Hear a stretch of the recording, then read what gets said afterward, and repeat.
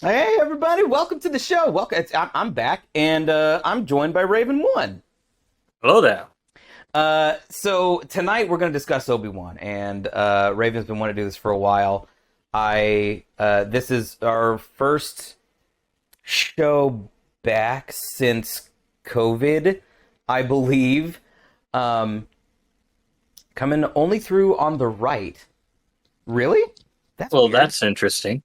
Am I? What about? Is that what's happening to you, Raven? Do you only hear me in one I hear you in headset? both, but I am also hearing you through Discord, not through Twitch. As But I guess it shouldn't matter It because shouldn't you're matter using. because the mic pickup is the same.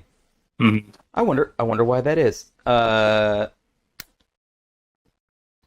on. I can definitely see that it's louder in right than left. Yeah, it is. It is louder and right. That is so weird. Could be my mic's going out. I have backups. Um, Nobody and wants you to hear can hear Stevo, me. anyways. Let me just bring Raven down a little bit. Hi, Sex Beast. Welcome. Yeah, we're gonna even that out. But I'm also apparently having a mic issue. So this is what happened. Nerdaz and I got COVID, so we didn't stream for a few days, and I have a stream vacation coming up. So I'm gonna try and hammer out a few now that I'm starting to feel a little bit a little bit better. Raven, you are a Star Wars fan, and uh, I know that you've grown up a Star Wars fan. So, Yeah. to the best of your ability, let's start with you. First of all, if you want to tell us about your stream, go ahead. And then, how did you get into Star Wars yourself? Um. Yeah. So my stream, you can find me at Raven One Lead on Twitch. I don't know what I stream or when I stream yet. Still trying to figure all that out. Had a lot of life changes. I kind of every time I was about to be like, okay, I can get a stream schedule, Right. and Yeah. it's like, oh no, I can't anymore. But at some point, I will be streaming relatively regularly again. Star Wars. I don't remember being alive and not loving Star And Wars. then So not I being a Star Wars fan. Yeah. yeah, I don't know how I got into it, but I know that Mother was a big Star Wars fan, Yeah. and as children, we had a lot of the original toys uh, that we would play with and watch the movies. And so, like, yeah, like I just don't. I became a Star Wars fan at an age before I have memories.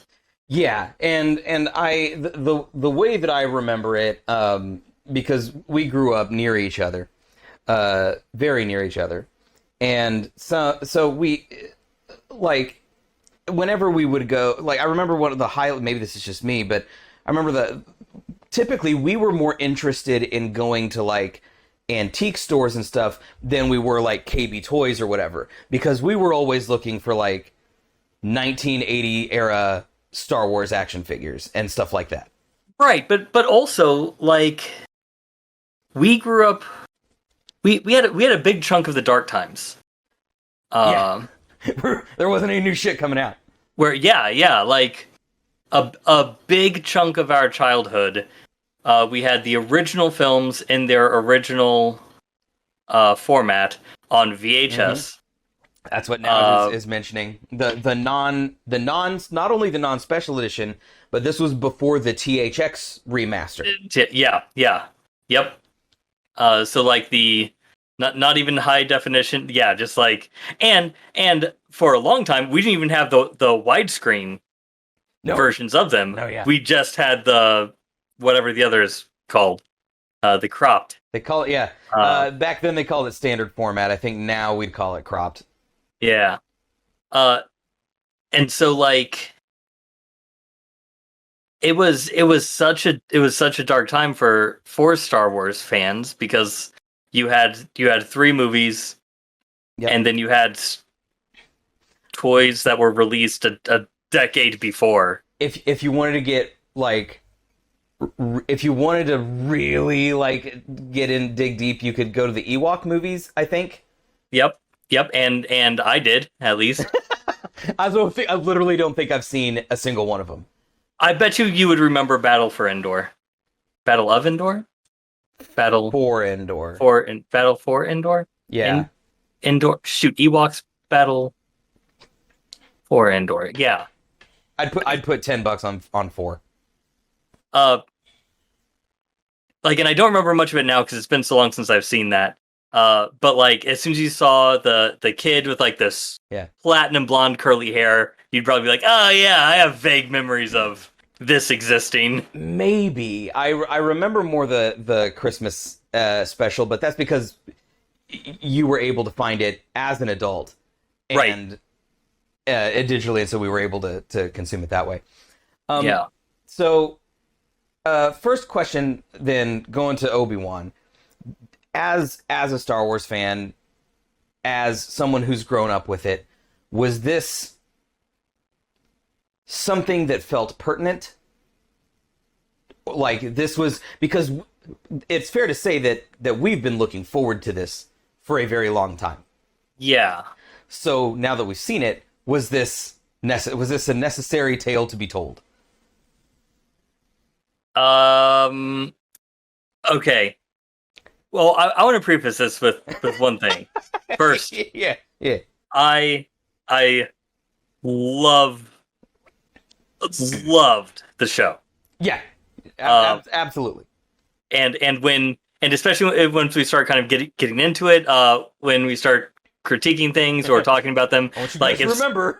Yeah, like when people jump in, like especially if they don't see like the intro, they're just like, oh wow, man, you guys must have really hated this. Like, no, on the contrary, I love this show. I have rewatched it. I don't even know how many times now.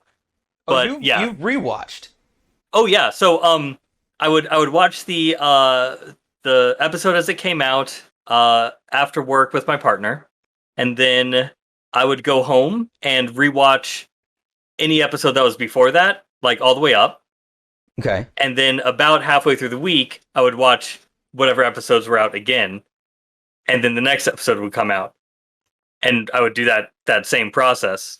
And then when it was all complete, I've just like sat and rewatched it maybe a half dozen times or so since its completion. Yeah.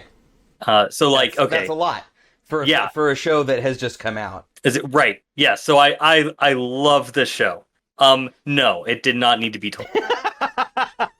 I am so glad they did. I am so glad they did. Yeah. So there will also be times when I maybe talk about or critique design choices, directorial choices, acting choices. And I don't necessarily think I'm right. It's just a choice that, like, well, I would have spent more time on this, or I would have maybe done a slightly different thing, or whatever. I think that the show made one mistake, which is different than just like a, oh, that was kind of clunky dialogue, Right. Yeah. So my thought is, did it need to be told? Is I not really. It's not really. It's not no, because the Obi-Wan that we are left with at the end of episode 3 and the Obi-Wan that we get at the episode at episode 4, I think fails to acknowledge what, and again this is why I say kinda the trauma of what happened, because Obi-Wan's like, oh, Anakin, you were my brother, that sucks. And then, obviously this is 18 years later or whatever, 20 years later, he's like, oh, hey, you should be a fucking Jedi. Like, yeah. So I think that I don't know if it was entirely necessary, but I do think that it was a good decision to make that sort of the focal point of his character arc, because going from 3 to 4 to me seems very stale, and this enriched that a whole lot more. Sure. The problem, or not problem, it's not a problem. The reason why I say, like, no, it didn't have to be made is because you're on rails, right? Yeah. So like we were going into the final episode, and I was like, okay, I only care about what's going on with Reva, yeah. because everything else I have an answer to. Sure. And it's like, so it's like going to that final episode. It's like, okay, cool. If they spend zero time with anybody else, I'm fine. Because there's only so much that can happen with any of the other characters. And I think that's also smart storytelling is when you take something that we know the beginning of and we know the end of, and you're gonna tell us the middle part. Yeah. You have to involve other stories there. So A-Bomb mentions, how did Leia know of Kenobi, and why does Kenobi so strongly say Vader killed Anakin? This answered these. Tell me if how you feel, Raven. I did not feel like that those were open-ended questions, like those were, I wonder why. To me, it does spackle a little bit over like a clear George Lucas retcon. Like, Anakin killed your father. No, fuck, should have wrote that differently. Like, yeah. Mm-hmm. And so this does do a really good job of spackling over that. But I feel like it almost kind of undercuts a little bit of some of the dialogue in episode 4 in regards to your first question, how did Leia know of Kenobi? Because she doesn't say, years ago you saved me from fucking pirates. She goes, years ago you served my father in the Clone Wars. Episode 4 makes it seem like she only knows of him secondhand. Ish. So, the mistake that I think that they made happens to coincide sort of with undercutting some dialogue in Return of the Jedi. Okay. But that is secondary to the mistake. I think the mistake is bad character choices for a scene. But for episode 4, so what we see is Bail Organa clearly has a relationship with Obi-Wan Kenobi. Right. Like beyond just, oh, you served in the Senate and I was on the Jedi Council, and those things were like sometimes kind of worked near each other. Like, no, like they were friends and they liked each other. Yeah. So what we see in this is that Bail made the mistake of contacting Obi-Wan via holo recording. Yeah. And giving up the beans. like, oh hey, I hope Darth Vader doesn't find this because his son Luke Skywalker is hiding there on Tatooine with his uncle and aunt in the family homestead. Like he says, like he basically says that. Shut the fuck up. That doesn't have anything to do with fire. Yeah. And that's why Reva finds Luke, and that's why that whole thing happens. So when Leia is contacting Obi-Wan, like even though she doesn't know about her brother, like she's still going to be cognizant of like, this is a Jedi Knight who saved my life and might be currently trying to save others. Yeah. So I'm not going to be like, hey Ben, there on Tatooine, and I saw you not too long ago, and you helped rescue me, and like no, she's like, hey, if somebody else finds this, I'm sending this to a friend of my father's who may or may not still be alive. I don't know, like that makes sense to me. Okay. So the coded mention that. Hello there. Yeah. Hey Jedi. Her sending the message through R2, General Jedi. using that the verbiage that she does, and the very senatorial speak that she does. General Kenobi, years ago you served my father in the Clone Wars. Right. All of that makes perfect sense to me. She's fixing Bail Organa's big mistake. Yeah, well, not necessarily fixing, but not making the same mistake. So is Bail Organa's mistake the mistake you think the show made? No, I think that was great. Okay. Yeah. So that also does make sense, and I like the way that Bolo put it, because she does also refer to him as Ben. Yes, So and when the only way she would point. know his name, his alternate name, as if she had met him prior or heard Well- something prior, because he only used Ben on Tatooine. Right, except that Luke says it first to Leia, but still, she recognized it right away. She didn't have to think, Right. like, you know. Yeah. I mean, so Leia's much smarter than Luke, and so like when Luke comes across that message, he's like, Obi-Wan Kenobi, man, Could that be I don't the know guy? who that is. Could that be the guy of the exact same name? Yeah, like doesn't, you know, and so like Yeah. I imagine that Leia would put it together quicker, but it was Yeah. like it was immediate when Luke's like, you know, I'm here with Ben Kenobi. We found your RT unit. She just immediately, Ben Kenobi, where is he? Let us do that. They did grow up, like, Luke grew up as like a moisture farmer on a, you know. Luke was thrown in the desert. garbage. Yes. So in episode 3, this is what that dialogue basically is. In episode 3, the children should be split up. Bail. Was thrown away. Bale's like, oh, we'll take the girl. My wife and I has always wanted to adopt a daughter. You know, we'll raise only her the as if she is our own. She'll grow up as a literal princess on one of the wealthiest, most beautiful planets in the galaxy. Okay, Yeah. and what are the boy? And Yoda's like, throw him away in the dumpster How'd he go? behind his abusive father's old trailer park. Like, Send him to the Stop. trash. yeah. Like It's- throw him away. That would be the scene where someone says to Bail Organa, like, you know, she had twins, right? Like, I don't have. Sorry, like. Yeah, I mean, I'm a king. I can really afford one child, Only and that's about on a it. kingly's budget. Yeah. Trying to. Good to see you in the morning. Much love, Elena. Please have a good night. So what then, since you've mentioned it a couple times, and this may be jumping forward a little bit, but this is a free-flowing but it's fine. conversation.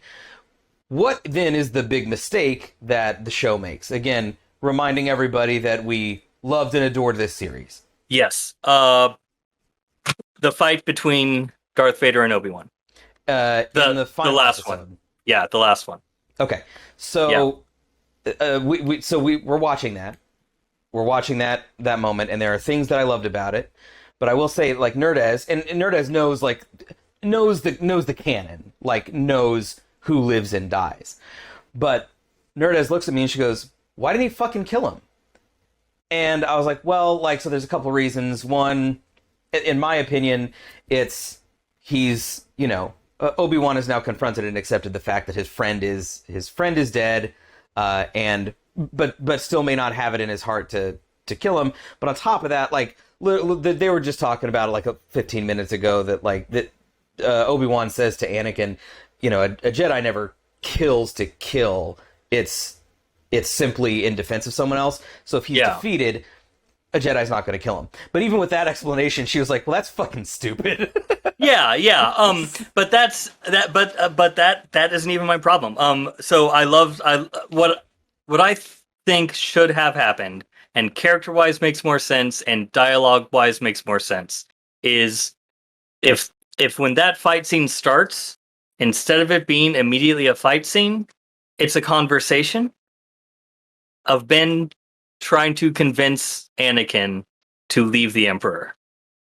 And then when the fight scene starts, it starts from that point where Obi-Wan just like smashes his like gear, you know, and then like all of that. From then on, it's great.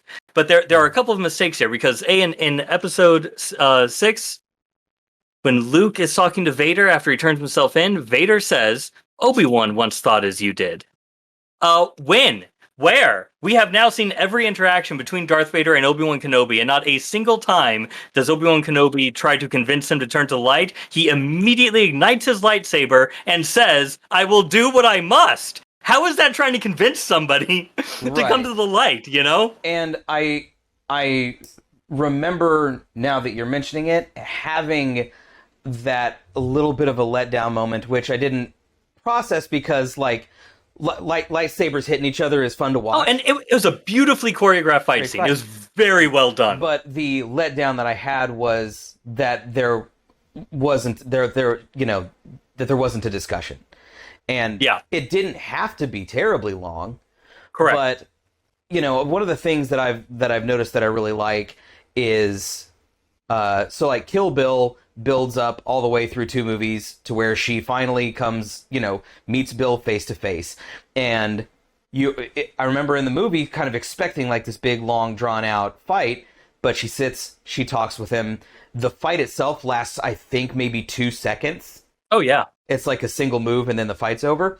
And it also reminds me a bit of when Maul tracked down Obi-Wan on Tatooine, and Maul comes up to him. They talk for a moment. It's not long. Yes. But they have a back and forth, and then it's a quick resolution. It's not about the physical combat.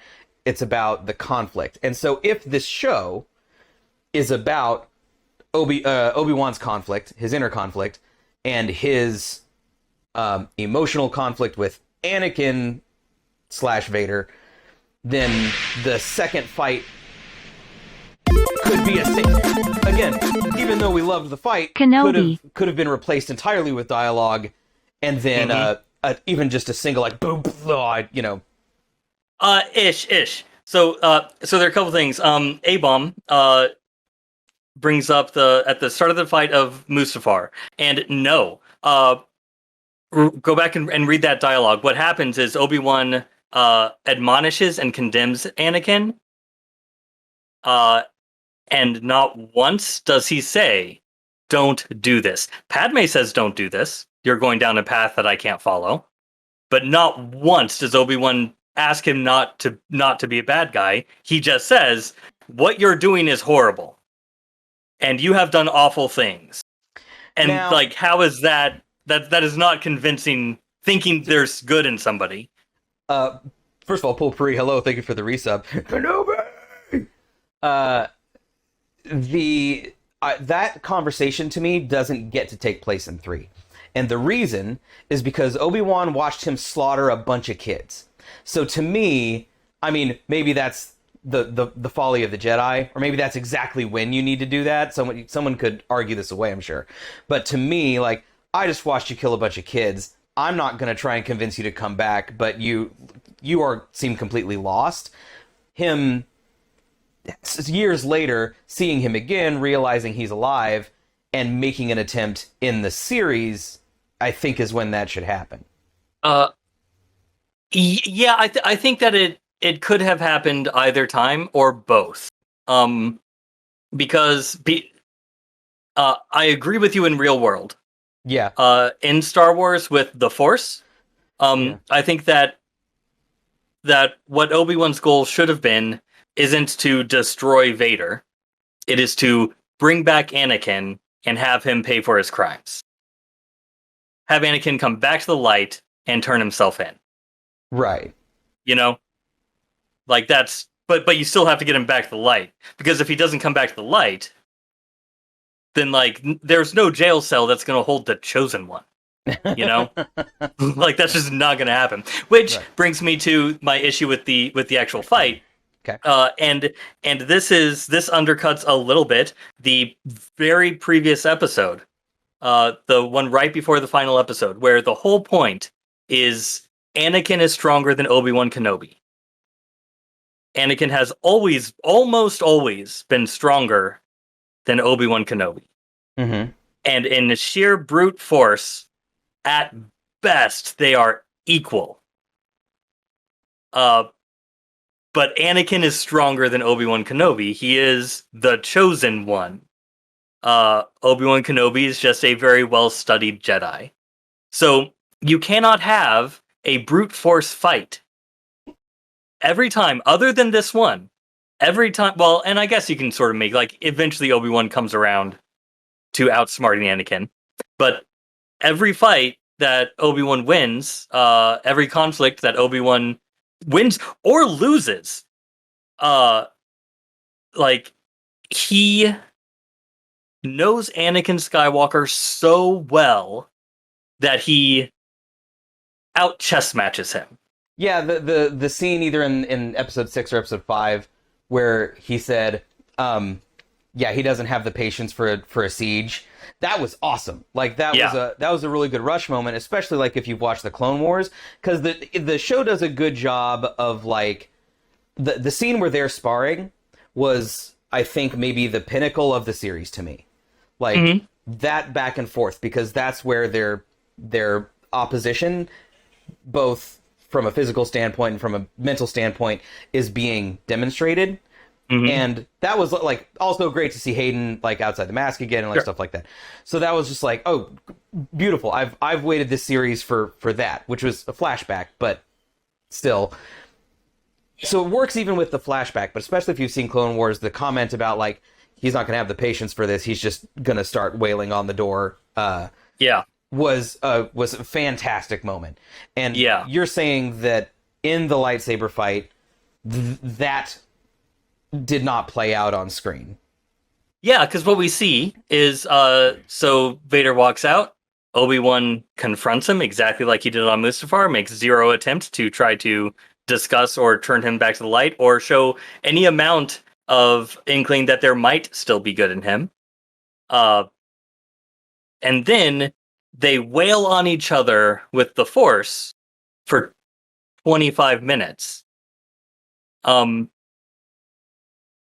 so and then Obi-Wan, like, I guess remembers that he's smarter than Anakin, and so creates the opening to smash uh the electronics in Vader's suit that then gives him, now Obi-Wan is physically stronger than Anakin, and so it gives him the opening just enough to kind of, so like from then on it's perfect. I just think that everything before that is them just trying to wail on each other with brute force, and Obi-Wan doesn't win that. We see that he loses that.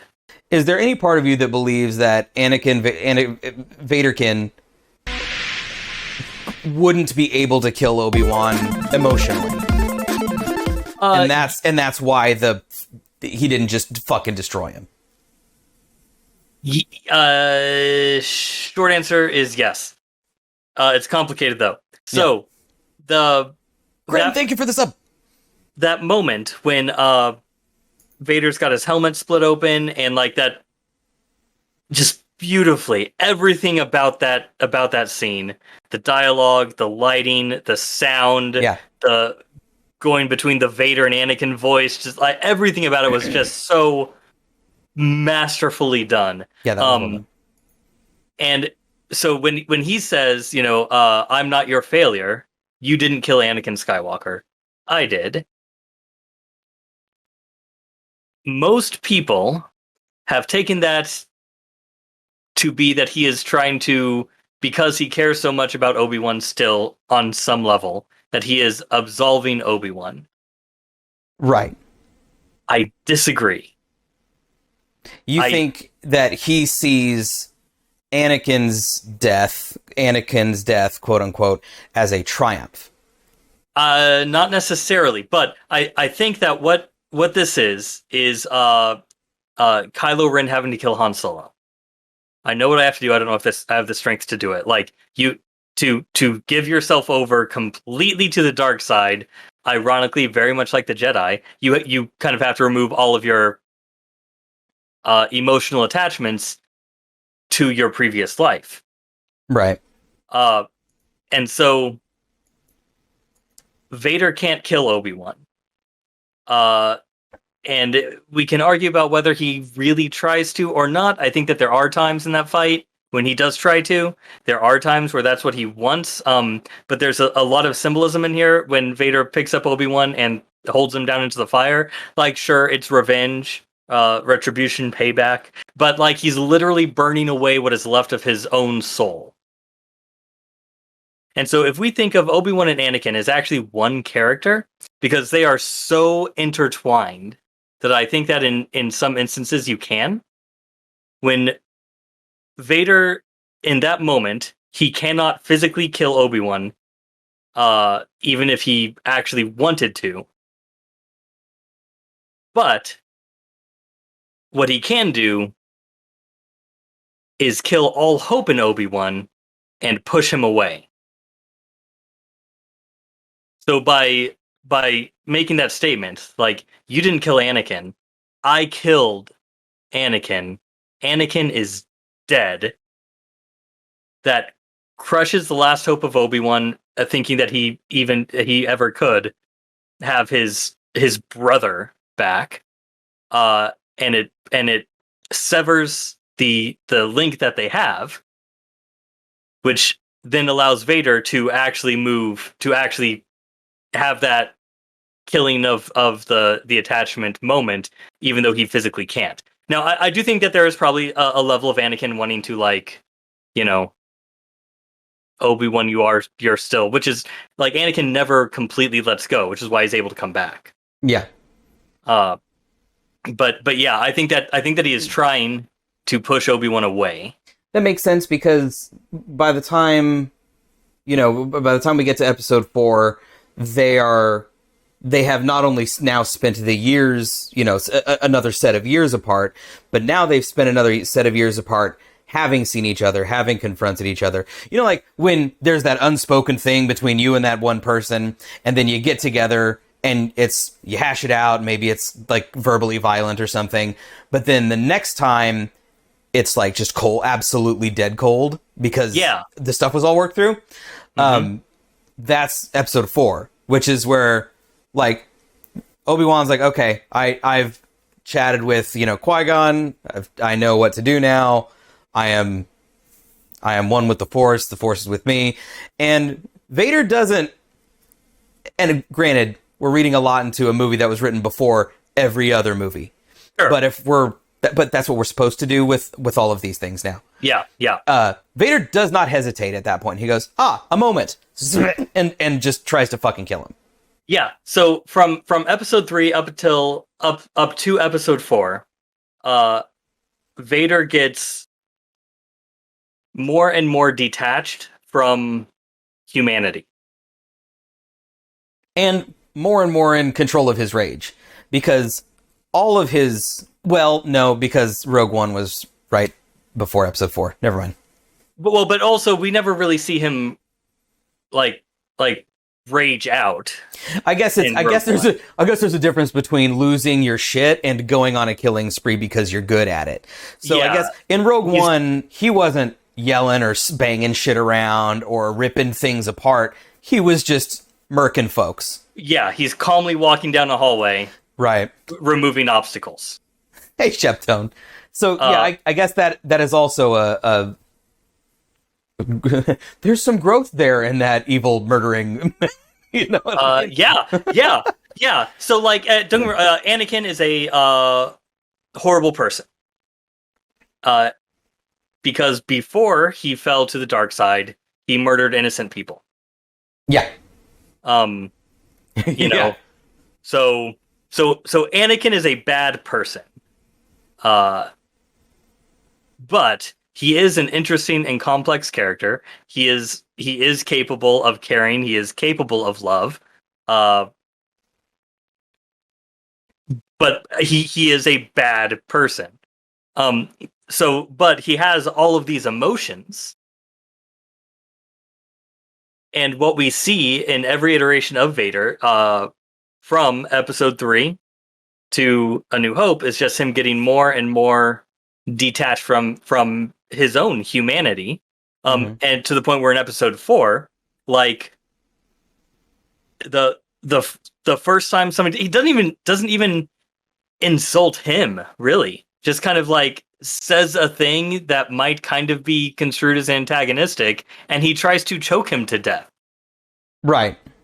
Like right, yeah. If your boss tries to choke you to death, your boss has anger issues, has rage problems. Right. Yeah. You know, Lord Vader, I'm not entirely sure that's the case. Yeah. Exactly. That's the conversation. Yeah.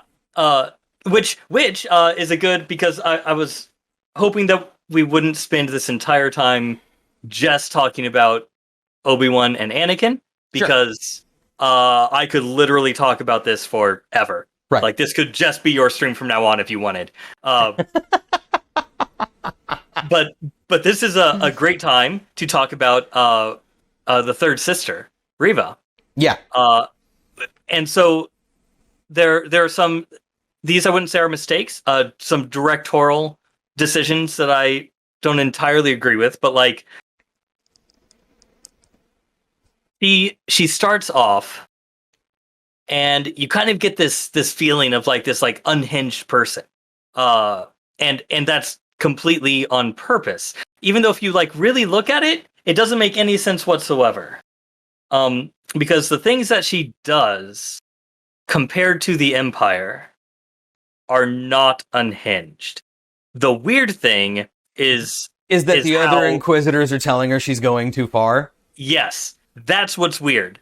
You know, she kind of gets yelled at for chopping off somebody's hand, and then in the very next episode, we see the spiral, the windmill lightsaber, and the guy just being like slowly dropped into it. You know, like, so that doesn't make sense. But I think what happened there is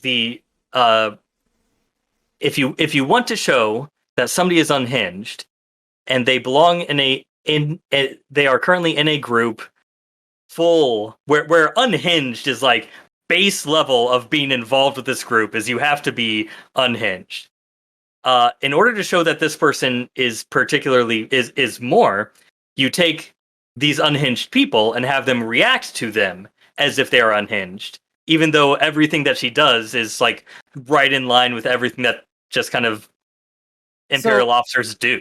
I never thought of it as the show trying to paint her as unhinged. The way that I looked at it, and I think it still did it poorly, is that she is, and again, this makes sense in Star Wars, but like, so she's not a team player, and so in this organization, the Inquisitors, you know, the Empire is highly regulated. The Inquisitors are kind of like baby Sith, so like, you know, you're all trying to kill each other, like that's the whole fucking, but like, that's your whole thing. Like, yeah. Oh, Reva wants to kill Vader. Shouldn't have been that surprising if you are Sith. But I digress. To me, what I thought the show was trying to make a point is like, they have a way of doing things that they want to do things, and she's not doing that. She's constantly making her own decisions with a complete disregard for what the Inquisition or even the Empire really tells her to do, because of her, and it becomes, you know, the show reveals that it's her personal revenge story that she's operating on, not even really just trying to track down Obi-Wan necessarily. Doesn't really give a shit about Obi-Wan at the end of the day. She's pretty upset with Obi-Wan. That's true. That's true. So she feels you know, she's completely abandoned by the Jedi Order. Completely. Yeah. And so like every time, like rewatching this show now in the early episodes, she says several times to people, like, the Jedi are going to abandon you. The Jedi are not going to protect you. You think that, why are you trying to protect them? You think they're going to protect you? You know, and when you first see it, you're like, oh yeah, that's kind of what the bad guy's going to say about the good guy group, like, whatever. But no, like, that's how she feels, because that was her experience. Right. So I feel like her character was written pretty well and pretty consistently. Oh yeah, absolutely. And that the actor that played her did a fantastic job, because at the beginning, I hated her, and I didn't like in the way that you're supposed to hate an evil character, because the other Inquisitors are like, hey, let's hunt Jedi, but also I'd like to have lunch. And she was like, I'm not going to eat until Obi-Wan's head is on my mantle. Yeah. And so I'm like, oh shit, he's not going to be able to get away from her if that's her, you know what I mean? So, but so her redemption arc, did that, it made sense to me. Did you buy it? Did you feel like she's obviously she's not going to get bested by Larson and or by Owen and Beru. Obviously that's not going to happen. Even being stabbed through the stomach, she's still just going to murder them if push comes to it. Yeah. They're not going to hold her off. So she's going to have to catch up to Luke at some point. Unless they make Luke do some Force shit that he was unaware of, I feel like that was fine. But did you Was that enough? Do you feel like she earned that moment of like, I can't become the thing that I hate? Yeah, I do.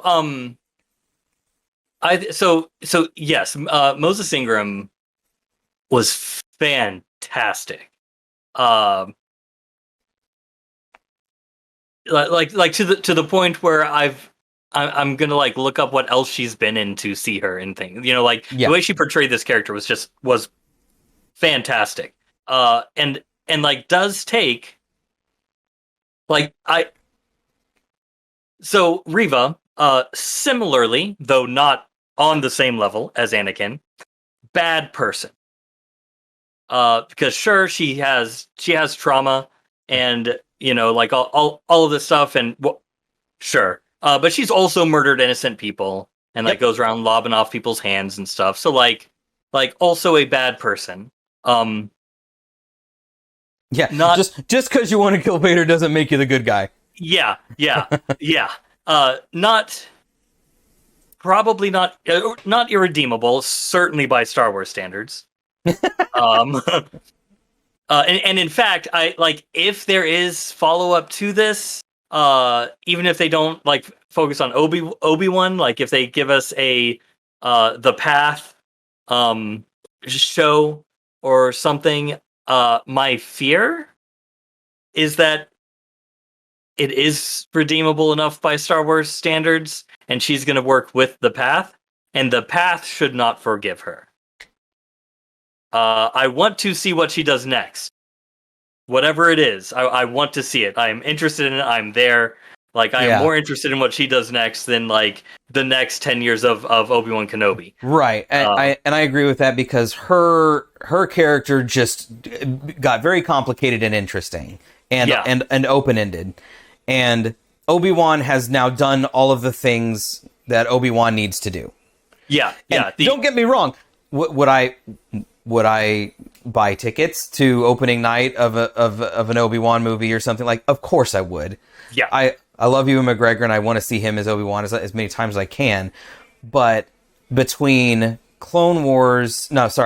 between Rebels and this series, everything Obi-Wan is wrapped up. Yes. Yeah. The only thing left of Obi-Wan is like, how does he spend his days? Whitey Break says, I didn't grow up on Star Wars. In fact, I actively avoided it growing up. This show made me love it. Oh, that's so fantastic to hear. That is fantastic to hear, and also weird as fucking shit. And let me, because I'm going to pose a question to Raven here, and let me know if you agree or disagree with this. The Mandalorian TV show, if you watch it, not having seen any Star Wars or not knowing much, is an enjoyable, self-contained show. You get more out of it by watching Rebels and all this other shit, but Mandalorian makes perfect fucking sense if you just turn on Mandalorian Episode 1 and start. Season 1 does, yes. Yeah, yes. Obi-Wan requires at least 3 movies of watching.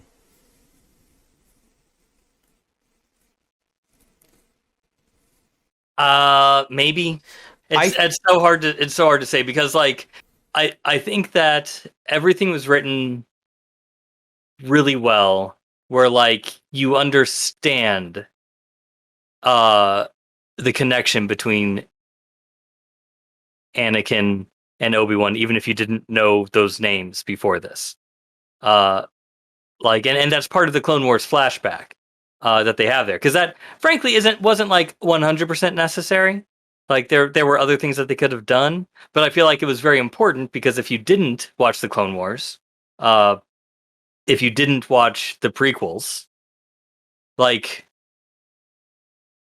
then I do think it was necessary. But it's so hard to remove knowledge and then try to look at a thing without that knowledge. So I don't know. I feel like I just feel like all of the because Mandalorian makes little bonus references and then brings characters in that like I'd never watched Rebels before watching Mandalorian season 2 and I was like, oh cool, there's a Jedi named Ahsoka, that's neat, and then went back and watched, oh cool, some other shit. Like I never felt like, oh wait, what the fuck's going on now? Right. Nerdez hadn't seen episodes. She's seen episodes 1, 2, and 3, but it's been a while. And so when we started Obi-Wan, it was like, okay, wait a minute, hold up. So who's Leia's mom then? And so like, okay, so that was Padme. And she's like, oh, with the hair and the gown, like in episode 1. I was like, yes, that's Padme. And she's like, oh wait, so she's like remembering, okay, yeah, right. So she married Anakin. Like all of those things, the show doesn't make any fucking sense unless you know all those things. I think. I guess. So also the recap, the previously on Star Wars, at the beginning of episode 1, that leads into our generation's obsession with being repeatedly traumatized over and over and over. And so Dave Filoni's like, hey, how about we put Order 66 in literally everything we do from now on? Yeah. So, yeah, I think from that one would get the idea, because like you see in just that recap that Luke and Leia are twins, and that their mother dies, and that they are split up, and Obi-Wan is watching one of them, and Bail Organa is taking the other. You see like, oh, there were Jedi, and then this one character like changed the dark side who had the connection with our title character. Yeah. Like you kind of get enough of that I think that would be enough, but it's hard. It's like I can't remove knowledge I have. Yeah. So yeah, I think it was Poole mentioned earlier the breaking of Vader's helmet in Episode 6 looked. I think I would say exactly the same way that Vader's helmet was broken by Ahsoka in Rebels, right? Yeah. So the other side, but yes, it was the other side. Yeah. Okay. But yeah, that's like the same crack, the same way you can see like one eye and stuff like that, which, Star Wars loves giving you halves and shadows and stuff like that. If in Return of the Jedi, at the end when Luke is being seduced by the dark side, he's literally stands like half in light and half in shadow. If you don't think Luke could be seduced by the dark side, probably didn't watch a lot of Star Wars. He was, actually. Like, in Return of the Jedi, I think that you can make the argument that he was. When he chops off Vader's hand, or no, way before that. When he randomly chokes 2 Gamorrean guards on his way in to see Jabba? Yeah, no. He fucking murdered those people. Like, those creatures. We don't know that. Maybe they got up. Maybe they were just taking a nap. Oh, wait. Are those the same 2 fucking ones? Did Boba Fett make them alive? Is that what happened? Oh, maybe. I don't know that they were given names. Like, maybe. Okay, I don't know. It's fine. Yeah. Anyways, point being, Luke made the decision that him turning to the dark side would be worth it to get rid of the Emperor. And so actually, he grabs his lightsaber and goes to strike down the Emperor. And in Episode 5, Obi-Wan and Yoda, the 2 masterful of Jedi Master, said, you shouldn't leave. If you leave, you could be easily seduced by the dark side because you're not done. And he said, it's worth it. I have to go save my friends.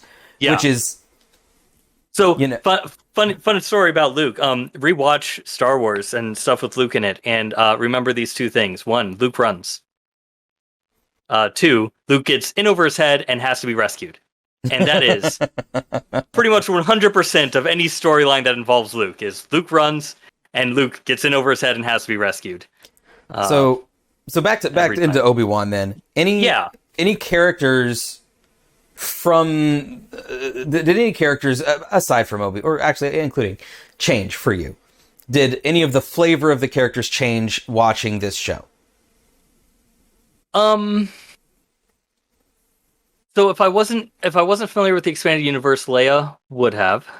Yeah. The kid who played Leia also slam bangs. Like, she did a fantastic job. Fantastic. And I think it was Robotical Nick, when I was talking to him, he said he gets a little annoyed when they make characters just 10-year-old versions of the adult, as opposed to like shifting and changing them.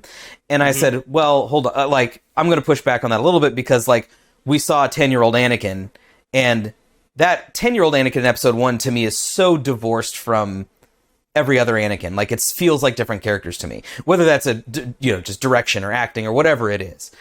But the way that they wrote Leia to me was Leia, but she still had an arc, because she, at 10 years old, is learning not to do what Luke does, which is to run off and do whatever the fuck she wants. She's still bold and brash, but she brings it in and learns to be intelligent about it.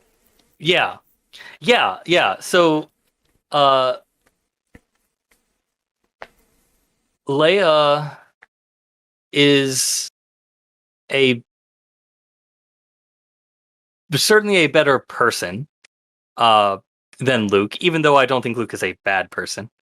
But like, Luke easily seduced by the dark side, relatively easily seduced by the dark side. Yeah.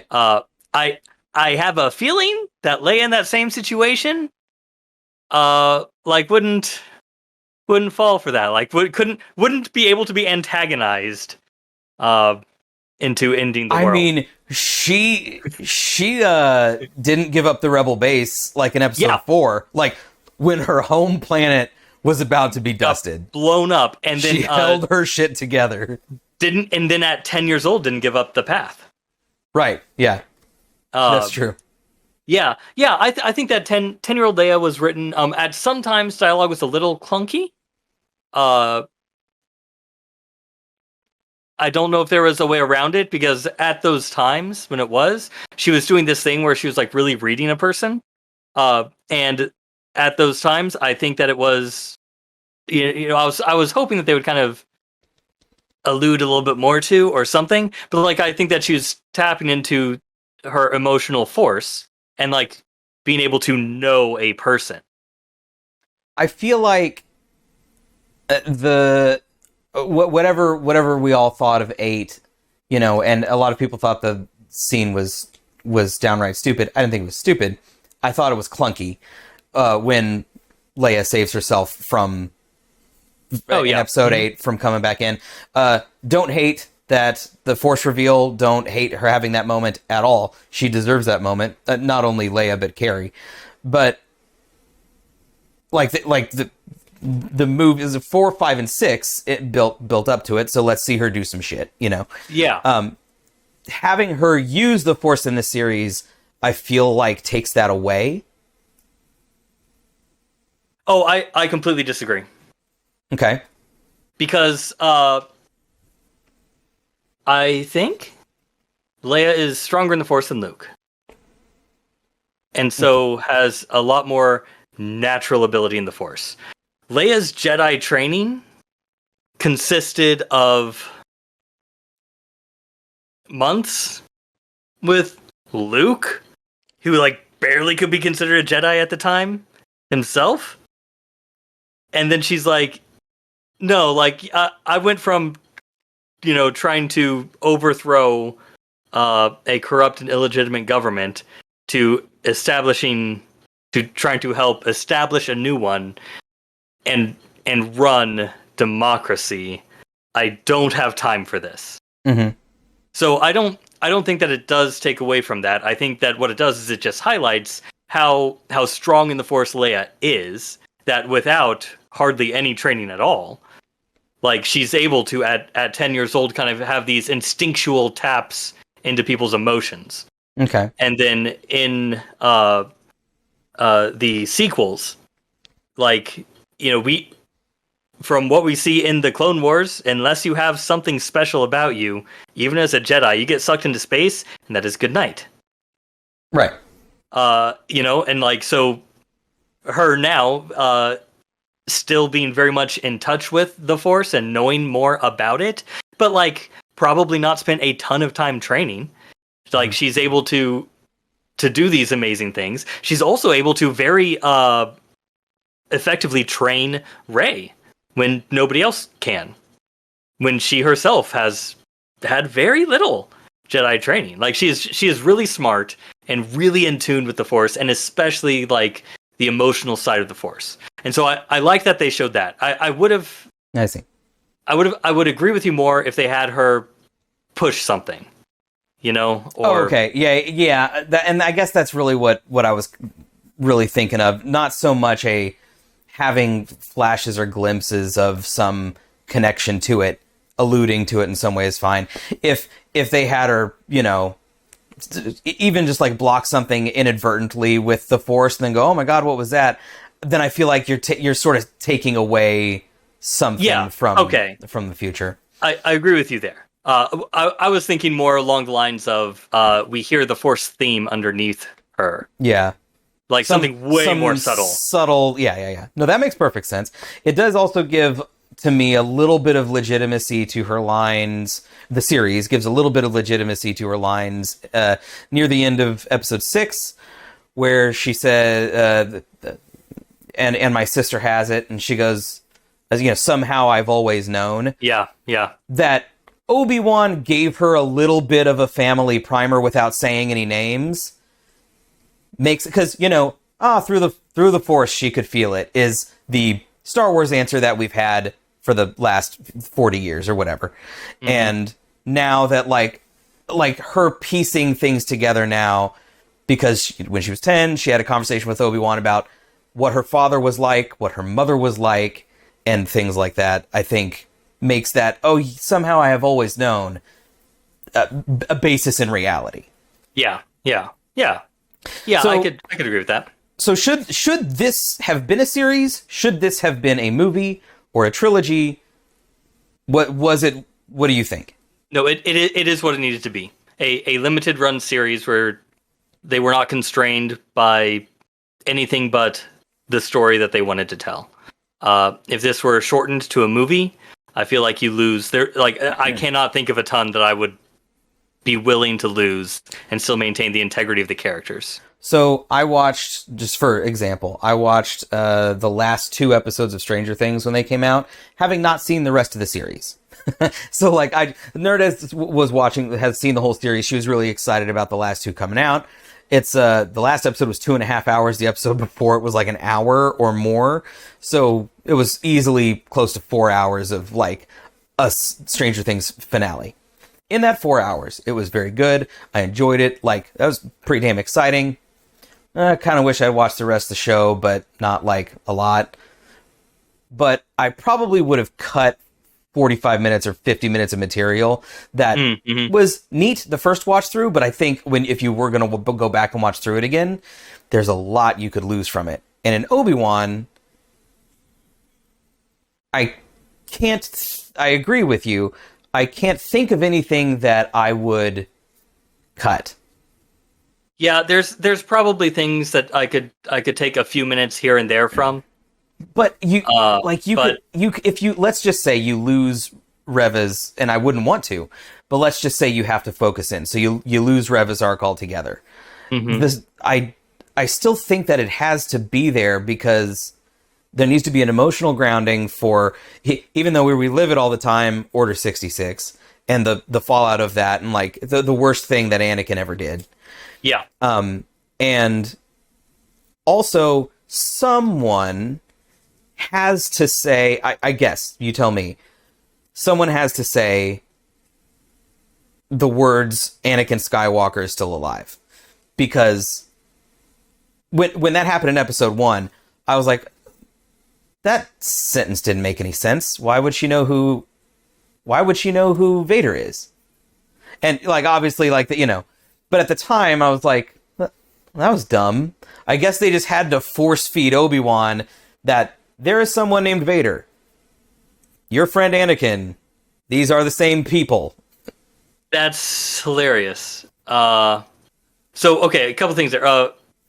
First, when I heard that, I like my immediate reaction was like, oh, how does she know that? But then like instantly went to, oh, she was the girl that it focuses in on at the very beginning. Like that, yeah. Like why else would you have that scene? I have a bad short-term memory. I don't remember the scene that just ended.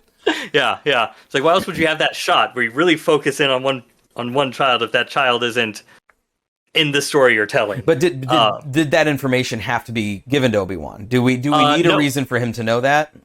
Well, because he does.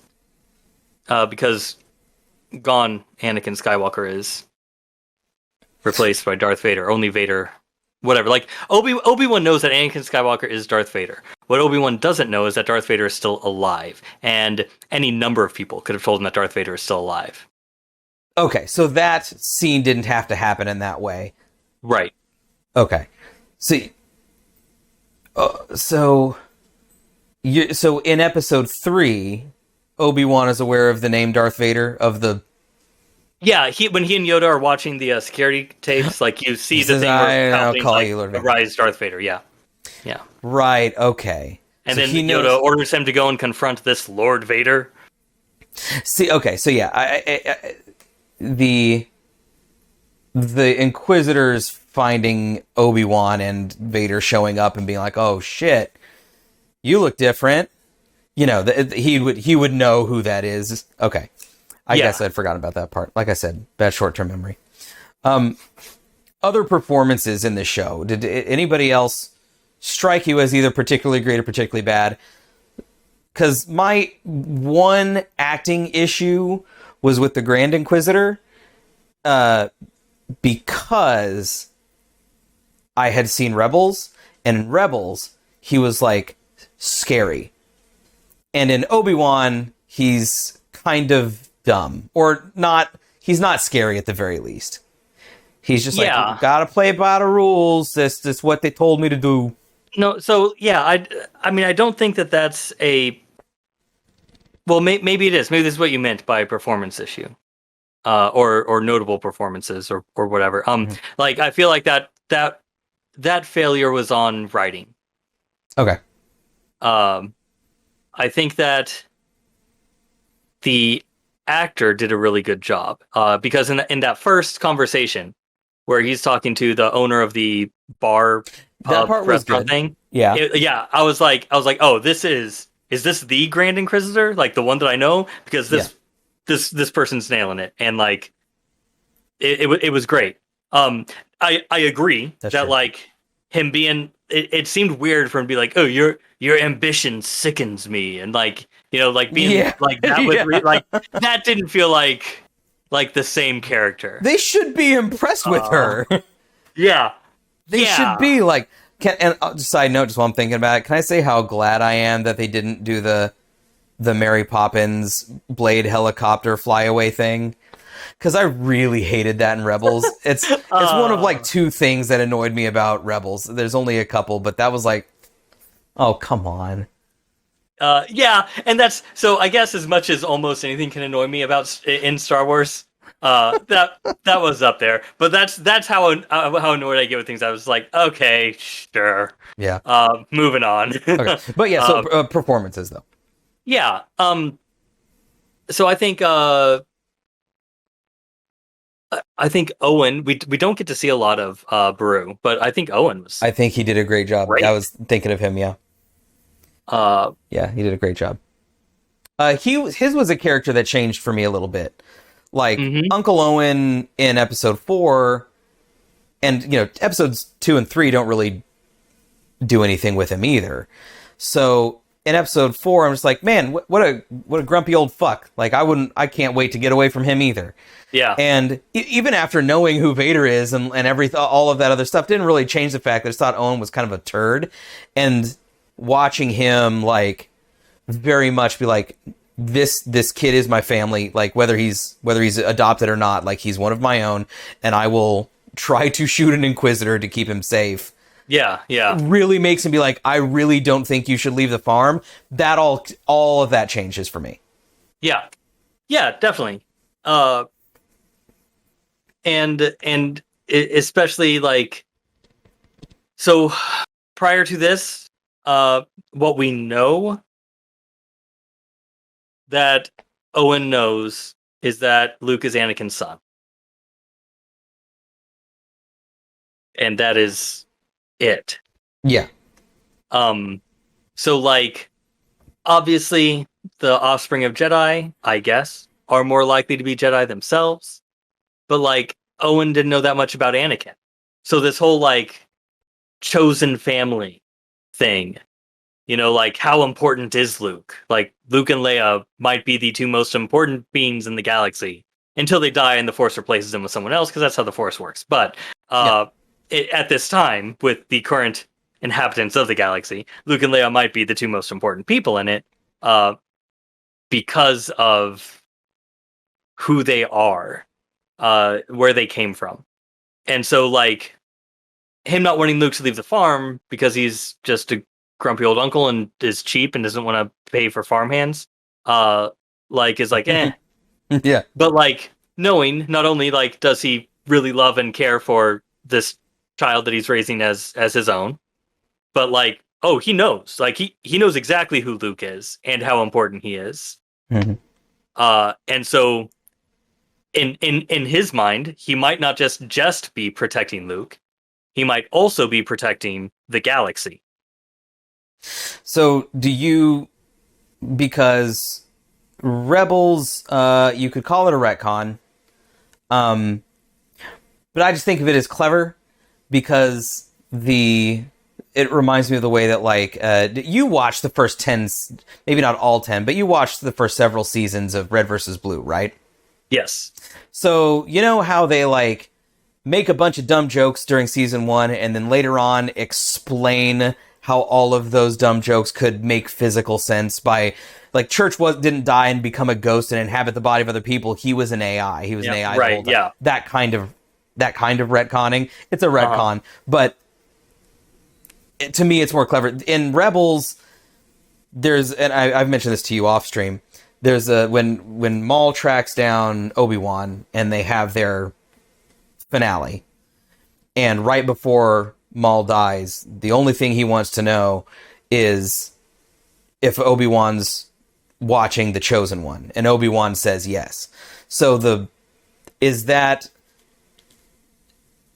like, we were wrong and it was Luke the whole time, and that sets up the rest of the Skywalker saga being that important? Or is it, now that Anakin has fallen, this is our new how do you do that? Because, and thinking about the context of Obi-Wan Kenobi, the series, and this episode of Rebels that is like my favorite episode of Rebels, to me it was like, oh yeah, I'm so glad they did that, because rather than thinking about Luke as the Chosen One was a very cool way to go about it. Yeah, so this makes perfect sense. Because a prophecy misread might have been. If we completely ignore the 3 or 4 episodes of the Altar of Mortis storyline in the Clone Wars, where it is confirmed, like, Anakin meets the living embodiment of the Force, and he is the Chosen One, meant to stay there to keep balance of these two beings. Was that who are the physical embodiments? Oh, okay. It was that's not the same episode where they show him his future and he, like, kind of goes dark side for a little bit. Like, I don't think so. Okay, that's the one where there's a brother and sister that are like, yes, light side, dark side. Yeah, and the father that keeps the balance. Yeah, yeah, and Anakin is meant to replace the father, maintaining the balance between them. Okay. Mnemonic Man, if I actually literally just, like, ruined something you were watching, I apologize. I'm gonna say statute of limitations on this one. Yeah, that's been out for a while. The season that I'm referencing, I think, is 11 years old. But I do apologize. I feel like it's older than that. I would feel terrible if I ruined something. Okay, so another actor that I didn't realize that I really needed in Star Wars was Kumail Nanjiani. His like, swindler Jedi character. Yeah, the not a Jedi. Yeah, the not a Jedi. Yeah. I loved. I wish he had been in more of the series. I'm glad he wasn't, because it'd be distracting. But he was so good, and it's Kumail being Kumail, but I just loved it. Yeah. Yes, and that's so. There's no doubt in my mind that Raja, yes, I think it's joins the path. Like, that just makes sense, because his character even has sort of a little character arc as well in this. and by the end, like I think that he's willing to protect Leia and like put his like really go all in. And so I think that he has joined the path. So what I want to see, if there's a Kenobi season 2, which I don't think that there should be a Kenobi season 2. I think that there should be a season 2 of Kenobi, kind of like the Book of Boba is season 3 of Mando. Yeah. Like I think that season 2 of Kenobi should be the path. I want to see what is going on in the path with all of those characters and with Raja involved. Okay, so what is the path? Is that the like Jedi that they're trying to stash away to rebuild the Order, or is this the pre-Rebel Alliance group, or what is it? So the path is just a group of people who know that Force-sensitive children, especially, but kind of anybody who is in danger of being oppressed, abused, murdered, made to do horrible things by the Empire, that they get them to safer places. Okay.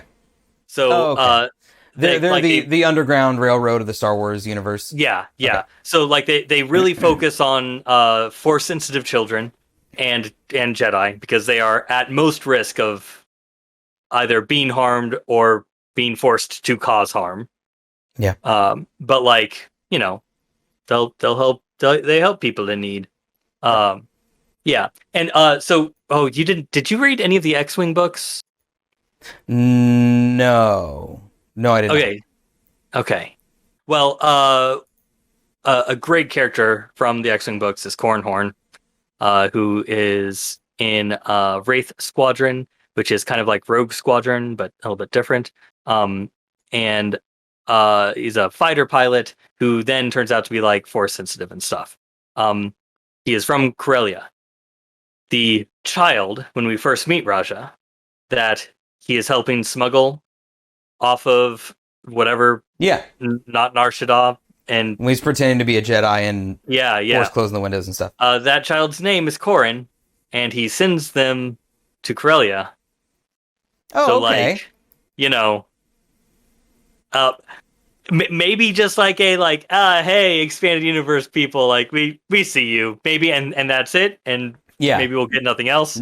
But like at least opens the door for kind of people who are a fan of that area of Legends, for some of it to be pulled into canon and get more content. When is one of these fucking prequels gonna show me a little kid Jack Porkins? Fucking, why is he the only character in the entire Star Wars pantheon that never shows up anywhere again in any form or fashion? No reference, no nothing. No, he's not in a fucking video game as far as I'm concerned.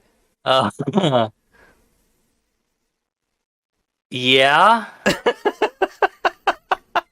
No, don't they mention... Wait. I think they say his name... Well, he's not a kid. He's months younger than he was in Episode 4. But I think that they mention Porkins in Rogue One. Because Red Squadron and Blue Squadron are attacking the Scarif, and Blue Squadron makes it in, and so they all die. Okay. But Red Squadron survives. Right. Yeah, and so like you have like Red Leader Gavin, and I think I am pretty sure that Porkins makes a brief appearance, or is called over the radio or something. Okay. What was his call sign? Oh, it's Red 6. Yeah, he's Red 6. I was about to say. Fucking Jesus Christ. Forget I asked that. God. Wait, let me look at the... Okay, Caleb and Nick aren't here, so it's okay. Okay, cool. Jedi asked, was Corran the iJedi subject? I believe so. Okay. I believe so. I never read iJedi. Did you have any other issues? The one that was really off-putting for me, it's probably the one that everybody thinks about it, and I'm of two minds about it. In the first episode, the chase scene with Kid Leia is like really bad. Yep. And I sometimes remind myself that throwing a rock at a stormtrooper's helmet and killing him is also really fucking bad action. Like, episode 6 is filled, like, all of Star Wars has bad action scenes in it. Yeah. So, it's not like, it didn't, like, break anything for me, but it was so awkward, especially compared to the action of the rest of the series. And I even had, like, I remember mentioning it to Sam, and Sam was like, well, one of the characters, you know, is an alien, and they're on a different planet, so they may have trouble, like, maneuvering or something like that. And I was like, Star Wars doesn't really work that way. Like, more or less, if you're a character in Star Wars, you can be on whatever Star Wars planet you want. Yeah, more or less. If you are inhabiting a planet, you can likely inhabit all of the planets. Right. But like, that aside, were there any other issues that you took with the show? Something that didn't work for you, or anything that could have, should have been better? So, like, tiny little things like that, right? So, like, that chase scene was like, but like, again, you have a 10-year-old, you have a, I think, music artist, instead of an actual actor. Flea, I don't know. Flea sounds like somebody in music and not in acting, so I don't. Flea was like the older, like, bald, kidnappy person. Oh, Flea from, I guess, the Red Hot Chili Peppers? Maybe. Okay. Yeah. Yeah, like, you know, they're not an was, actor. Like how in Mandalorian they'll put, you know, Daniel Craig or who, it's not Mandalorian, I guess they did in, I think, episode 7. But they'll put like people in stormtrooper helmets, and you never know they're fucking there, just because hey, you work in Hollywood, you want to be in a Star War, slap this makeup on, slap this helmet on. Yeah. So that was someone wanted to be in Star Wars real bad, and they painted him up in makeup, and he kind of ran like shit, and they did what it was. Yeah, and like he's got lines and stuff, and like he's not horrible. Sure. But like, I don't know, because I don't know this person's background other than music, so maybe they did. But like, it seems pretty obvious to me that they are not like a professional actor. And so I think that they were fine for not being a professional actor. Like, great. Sure. But like, a noticeable difference, especially in that scene when he's talking to Obi-Wan Kenobi. He, like, you know, punches him, and it's like, oh, just so even Jedi bleed, and like I don't know, the way he's talking to him, and just like everything about that. Then Ewan's responses are so like good, and so like that's like a noticeable. That was like a thing that kind of pulled me out a little bit. I wish that Ewan had just been like, "You will." That'd have been good. Yeah. The parkour scene with Reva. I didn't hate the parkour stuff. Right. But it just went on way too long. Yeah. Like, why? Like, how is she so far? Like, it takes her so long to get there. And then there are some things that she does where, like, we see her jump, like, and clear 2 buildings, and then in the next like 10-foot gap, she has to use the Force to push over a thing, and then grab a thing to swing around to get up onto the thing, to then get onto the next building. And it's like, we just saw you jump that distance. Right. Yeah. And Jedi mentions in the episode where they land on the planet and they're riding with the stormtroopers and they get stopped at the gate. The laser gate cuts a stormtrooper in half, and he says could have just walked around. Yeah. Can you repaint that picture for me, because I'm having trouble remembering what happened? Yeah, so it's kind of a ravine, and so like there's this road that comes up against 2 relatively steep, but not like walls, but like hills. And then you have the 2 posts. So what you end up with is something that looks like, here's a post. We'll do the top of, but get my name out of the way. Boom. Okay, so here's a post, and like, here's the hill. Yeah. Right? So when he first shot the laser gate to like turn it off, I was like, well, that was stupid. Oh, no, wait. they're probably going to jump in the truck and like use the truck. That makes Right. sense. But then they like carry out on foot. And I'm like, oh, that was stupid. Like, why didn't he just walk? Like, why take all of that time to try to turn it off? Oh, that's not working. Better shoot it. Like just Right. walk around right up around the hill. Like, yeah. It does seem like, and so Deborah Chow is the director, and she's also done a couple of other things. She directed at least an episode of Jessica Jones season 2, and there were a couple of other things that she did when I looked her up that I actively like, that I think are fantastic, and I think that she directed the shit out of this, out of the actors. But I think that if there was something that I was going to, and I don't know if this is a director's thing, if this is a like choreography, like the action director or like a DP or something, but there does seem to be a disconnect where whatever was written out or whatever the concept was for the action scene didn't get translated correctly. And so there are a couple times where it's like they're in the ravine, and so I see like, oh, he's got to shut this down to be able to get through because there's no other way through. But the way you've constructed your scene is another way through. So if you're reading the script for Obi-Wan, it makes perfect sense. But if you're watching the show Obi-Wan, just go that way. Yeah, and like, so I wonder how much of that is like anyone's fault. So Obi-Wan was gonna be a movie, Right. and they like had a whole script and everything. Like they basically had the movie ready to shoot, and then it went on hold, and then it wasn't gonna happen, and then they decided to make a show. Right. And there were several rewrites. Yeah. But like so much of the original screenplay that was written was utilized in the show that they ended up giving. I can't remember the original writer, but they ended up giving that person like a producer credit Because they used so much of it. because they used so much of their stuff. Yeah. So like I wonder how much of it is like is kind of like what you were saying, you know, like okay, we know we already have this scene pretty much written, so like the director is spending more time talking to set and like those other things, not really worried about the script because like we're using this chunk that already existed. Yeah. And so then it's like, well, yeah, and there's not really a whatever, it'll be fine. It's Star Wars. Like if they're looking at your hair, kid, we're in trouble, sure. you know. Yep.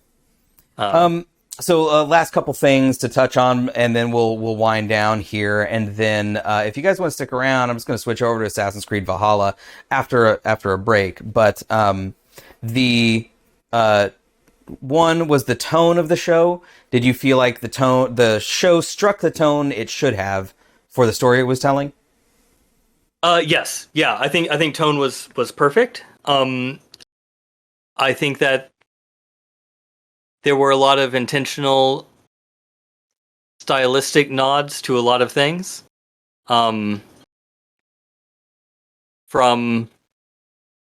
each episode, 1 through 6, kind of not mirrored, but like, I mean, episode 4 really mirrored A New Hope. But like all of them like kind of had a very similar like thing. Like there was something about them that like connected you to Another of the original 6. Yeah. So like the episode 1 of Kenobi like connected to episode 1 of episode 1, The Phantom Menace. Then episode 2 of Kenobi connects with Attack of the Clones, and like some of them are more subtle. And so like I was kind of like on the fence about it. Like I don't know if we're as a fandom just like reading too much into this. Yeah. And then episode 4, which was like, oh, all of those obvious homages to A New Hope, which I thought was saving brilliant. Leia from the Yeah. And then episode 5 is them trying to escape the planet while the Empire's attacking, and they're trying to board the transport and get in. So I was like, oh, okay, no, like I think this is a thing. I think this is actually a thing, episode guys. 6 was the culmination of the battle between good versus evil, and yeah. casting lots into different sides. I feel like the tone of Obi-Wan Kenobi is my favorite of any Star Wars property. And it's part of the reason why I think I'd go back and watch it again is like the way things are shot, the colors that they use. It wasn't gritty like Rogue One was gritty, and I love gritty. Like I love noir and stuff like that. But like Rogue One was like a lot of gray. There's a lot of gray and brown in that palette. Yeah. And Episode 4 is older, so whatever. But like Episode 5 uses a lot of blue. Episode 6 uses a lot of green. There are like things like that. And Obi-Wan was not colorful. It had a lot of noir elements to it, but without being bland or paletless, it still had a lot of use of color that I really loved. Part of the reason why I loved Episode 8 was because, and I think Rian Johnson's script probably could have used a few more passes through the typewriter, but his direction and his use of color in Episode 8, I thought was fantastic.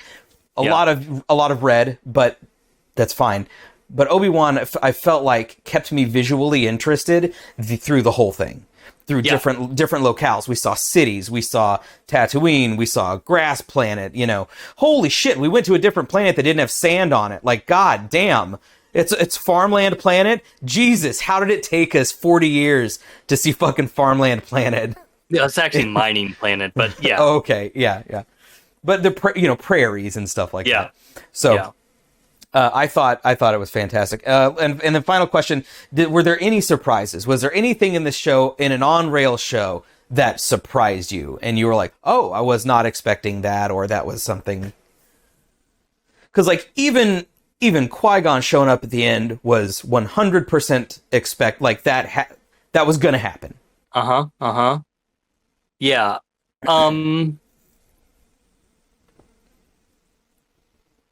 Man, I don't know if I was surprised by anything. I mean, so I was surprised that the show was going to focus on Leia instead of Luke. So pleasantly surprised by that. Yeah, that was 100% the way to go. Watching adult Luke, who is kind of a kid, like an immature, like kind of shit. Watching him be a 10-year-old shit would have made me hate Luke. Like I would have just and I already am not a huge fan of Luke. Like I think that he's selfish and impulsive and absolutely the wrong choice. There's this idea which I love so much, and almost redeems Yoda for me. But I can't. There's something, and maybe chat knows. There's something in expanded universe that I think is canon, where it hints at Yoda, not because we already know Yoda didn't want to train Luke, right? Like we saw that. But hinting at the reason why Yoda didn't want to train Luke is because he thought that Leia would be a better Jedi. Oh, not that Anakin was too old when we trained him, and Luke's even older than that. And I've seen this before. Like we're not gonna fuck around with teaching someone half-assed how to use the Force and create another Sith. The idea you're positioning that there's a better person to go this path than this guy. Yeah, that Luke has all of the things from his father that led him astray. Has a very, very weak connection to the Force. And so like was really thought like, so all of those things, like he's too old. Oh no, he's too impulsive. He's just like throwing out, because at the beginning he tries like, well, he's really impulsive. And Obi-Wan's like, yeah, so am I. He's like, yeah, but like, also he's kind of whiny. And Obi-Wan's like, yeah, sure, but we've had whiny Jedi before. And so like, Yoda's like trying to come up with any excuse not to train him. So finally he's like, no, he's too old. He's too old. Can't do it. Sorry. And so like Obi-Wan has to like really talk him into it. But part of like Yoda's disappointment in Luke even being there is that like he was hoping that it would be Leia. That like he was hoping that Leia would be the one, because if Yoda's been watching Luke, he's probably been watching Leia. And so sees like, if you look at just these two kids from all of the information that we have, and you wanted to pick somebody to be like the next chosen one to like restart the Jedi Order, or really help bring the Force back into balance, like who are you picking really between Luke and Leia at 19 years old? Right. Someone who's like smuggling plans and like knows a lot of diplomacy, has her emotions in check, is very tapped into both the positives from her father and positive. So it reminds me a little bit of like Metal Gear Solid, where like someone got all the recessive genes and someone got all the dominant genes, and like Leia got all the dominant ones. Like she was she's the best of us, and Luke, And this works for the From Nowhere story, but Luke gets all the shit, like all the ones where he's impulsive, he's not great at controlling his emotions, he's selfish, he's whiny, he's all of these things, and even that kid can save the galaxy is great for his story. Yeah, but in terms of the canon and Yoda, like looking at these and going, this is the one that fucking showed up. Yeah. That's an interesting take. I love that take so much. There's like one line that Yoda says in something where like it's pretty obvious that he would have rather trained Leia. To what extent, like we don't know, that hasn't been discussed yet. But like we know that like his preference would have been to train Leia instead of Luke. And so I like this idea of like, not only because of what we see in episode 5, in Empire Strikes Back, like how like he really reacts to Luke being like, "Oh no Jedi Master here! You're just a crazy old muppet. Maybe you should just get back in your fancy spaceship and fly away." Plum don't know what you're talking about. Yeah, no clue. Sorry. Not interested in saving the world one bit if it's going to be you who's doing it. Yeah, no one here but us chickens. Yeah, and R2's in there like, "No, bro, like you don't remember me? Like you're like, it's you. We've been through so much shit." Yeah. Oh my god. Well, Raven, thanks for the discussion. Yeah, absolutely. I love this. We did a little less than 2 hours with the tech difficulties and everything like that. And that's pretty, I mean, there was a chance we could have gone till 2 a.m. Yeah. So what I'm going to do, if you guys are sitting here chatting, I'm going to take a break and then come back, and we're just going to play games and stuff for a little bit. But I am going to take a break. I'm going to check on Nerdist and everything like that. But let me thank Raven 1 for being here. And Raven, are you going to stream again anytime soon? Probably. I don't know when. Probably don't know when. Because I don't know what. Go follow Raven 1 Lead at twitch.tv/Raven 1 Lead. He's we'll always talk Star Wars. Yeah. And if you want a clickable link, there's the clickable link right there. And Raven, thanks for joining me. Yeah, thanks for having me. And, see you later, nerds. See you guys later.